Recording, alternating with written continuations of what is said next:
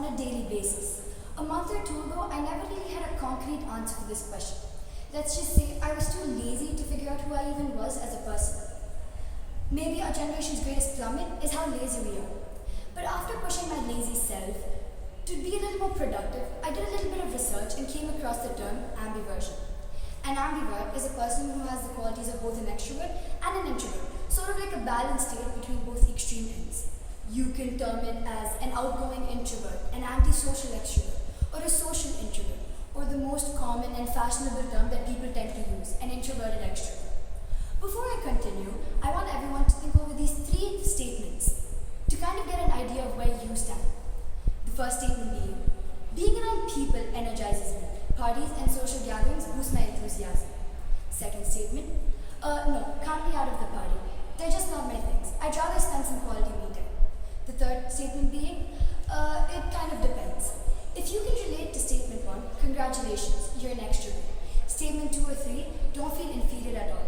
Ambiverts and introverts are just as amazing. We use introvert and extrovert as sort of labels to describe people. But over time, I've come to the conclusion that ambiversion is not a label, but it's more of a spectrum. Ambiverts may be one of the loudest and outgoing people in their friend groups. We crave for new friends, but around new faces, we just become anxious. My close friends would know that awkward could literally be my middle name. I tend to fiddle with my watch, bite my lips, or tug on anything around me. And after all this anxiousness, I ultimately end up giving up. Moving on, overthinking. I can't help but to reassess every little thing I did or said because in the slightest way it was outside of my comfort zone. I feel like all the eyes around me that keep watching me over the course of the day judge me at the end of the day. Should I stay in or go out? An ever so often dilemma. Sometimes I do want to go out and hang with friends and feel like a normal teenager for once. But most of the time, I'd prefer a cozy night in and drown in an unholy amount of food and sour movies. Being an ambivert is most certainly not easy, because our inner introvert tends to dominate us. We need empathy, we need a confidant and a support system. Don't tell us to change or don't tell us to become a different person, a better person, because it's hard for us to come out of our nutshell and open up. Instead, give us time. And in that course of time, we want a person who will not only listen to us with their ears, but also their hearts. Because the feeling that someone is willing to be there and willing to understand us builds our trust. There were times in my 16 years on this planet, riding this crazy roller coaster we call life, when people left me, saying these exact things.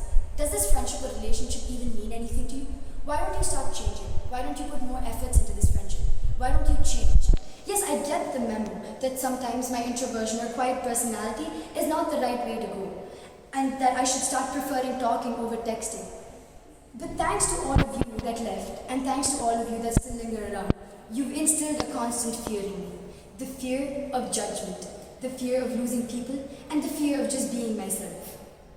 The right way of making this society more people-friendly hasn't been discovered yet. This society tends to make ambiverts and introverts feel guilty for just being themselves. And if everyone realizes this, why are schools and universities, jobs, and everything else set up in such a way that introverts and ambiverts feel so out of place? Why has it become mandatory to be so flawless? Maybe it isn't wrong to spend too much time in our mind after all.